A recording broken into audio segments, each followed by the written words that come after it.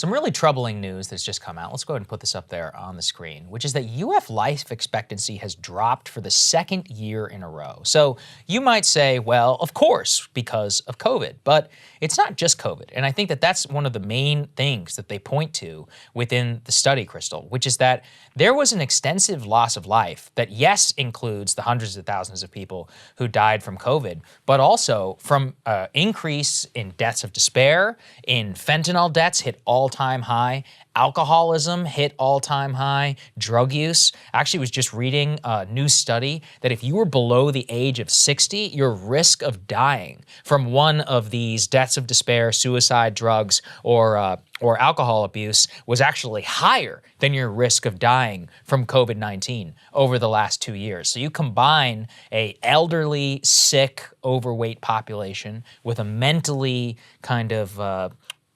just grasping, stressed, younger population, and you have 2 years of declining life expectancy. So there's an effort right now in order to paint this purely as COVID related. And that's true in a sense, but it's not 100% just because of the COVID virus. Well, and these are sort of the initial findings of this study, and more research is needed to really pinpoint exactly what this was attributable to.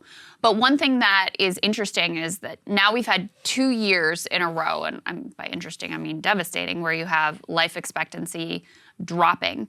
And this, of course, after we have the introduction of these highly successful vaccines that a lot of researchers predicted, okay, after we have those, then we're going to get back on track, because it's extraordinary for a wealthy country to see a decline in life expectancy of this nature. But instead, they saw a continued trend in this direction. So life expectancy dropped by 0.4 a year in 2021, leading to a net loss of 2.26 years over the 2-year period. So bad. This is an outlier, guys. Other peer nations, similarly wealthy and developed countries, they also found a small decrease during these years, but a net loss of 0.3 years, as opposed to, for us, 2.3 years. So we lost 2 years more effectively than our peer nations did during COVID. Now, as I said, there's sort of more research needed to pinpoint exactly the causes, but there are some interesting things that we can say about this year versus the previous year. In the previous year, it was overwhelmingly Black and Hispanic Americans who saw a decline in life expectancy. In fact, Hispanic men in 2020 lost more than 4 years of life expectancy. And by the way, they did not see a rebound in 2021. The theory is that, overwhelmingly, working class people are disproportionately Black and brown were hit hardest by COVID. We all know that. So that was the thinking as to why there was such a significant drop among those groups during that year.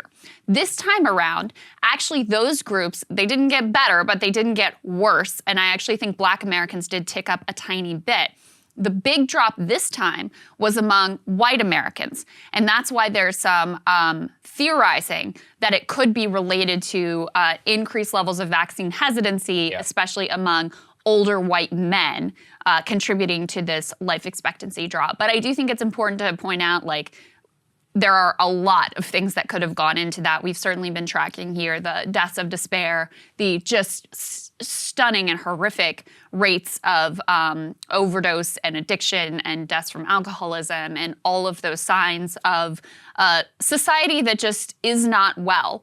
The last thing that I wanted to point out, which I think is really important here, is, it's easy to just despair and say, well, why are we such outliers, and kind of throw up our hands like everything is just wrong. But, there was a study that said, if we had universal health care like the rest of our peer nations, we could have saved 330,000 lives just from the pandemic, because oftentimes it's people who are uninsured who don't want to go to the hospital until it's ultimately too late. So a lot of solutions to this are obvious and on the table, and other rich countries are doing it, and we just decide not to and have a system that is too corrupt to allow us to pursue those alternatives. Yeah, and I look at this too, and I just did the math quick back of the napkin. That means our loss of life is 7 times higher than the rest of the developed world. Yeah, that's crazy. Horrible. Crazy.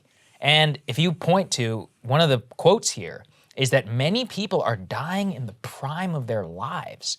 And to see the white male figure drop like that too is really a disaster.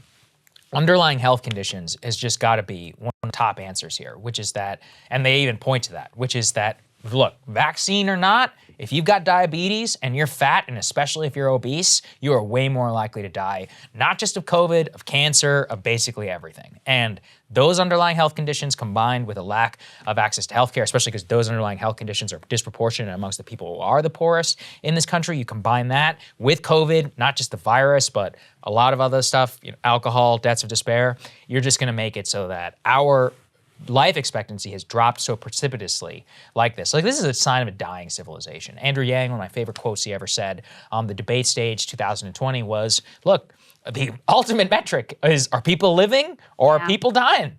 And if more people are dying and are not living as long, that's about as stark of a metric as you can get. That was in 2019, before all of this. So now, 2 years in a row of a dramatic drop in life expectancy. And let me tell you something else. There's a dramatic lack of interest and curiosity from most of the press about this issue, which, it is sort of the most basic metric of how we're doing as a society, especially a wealthy society. Bernie Sanders led a subcommittee hearing to try to dig at what is going on. Let me bring in experts. Let's figure out what do the statistics actually show about how and why this is happening and what we can do about it. No media coverage, no interest whatsoever. All they cared about was like palace, at that time it was like palace intrigue about Joe Manchin and whatever was going on there in a very sort of substance-free, surface-level, personality-driven way. So it also shows you their priorities. Yep. All right, guys, thanks for watching. More for you later. Cable news is ripping us apart, dividing the country, making it impossible to function as a society, and making it impossible to know just what is true and what is false. But the good news is they are failing and they know it.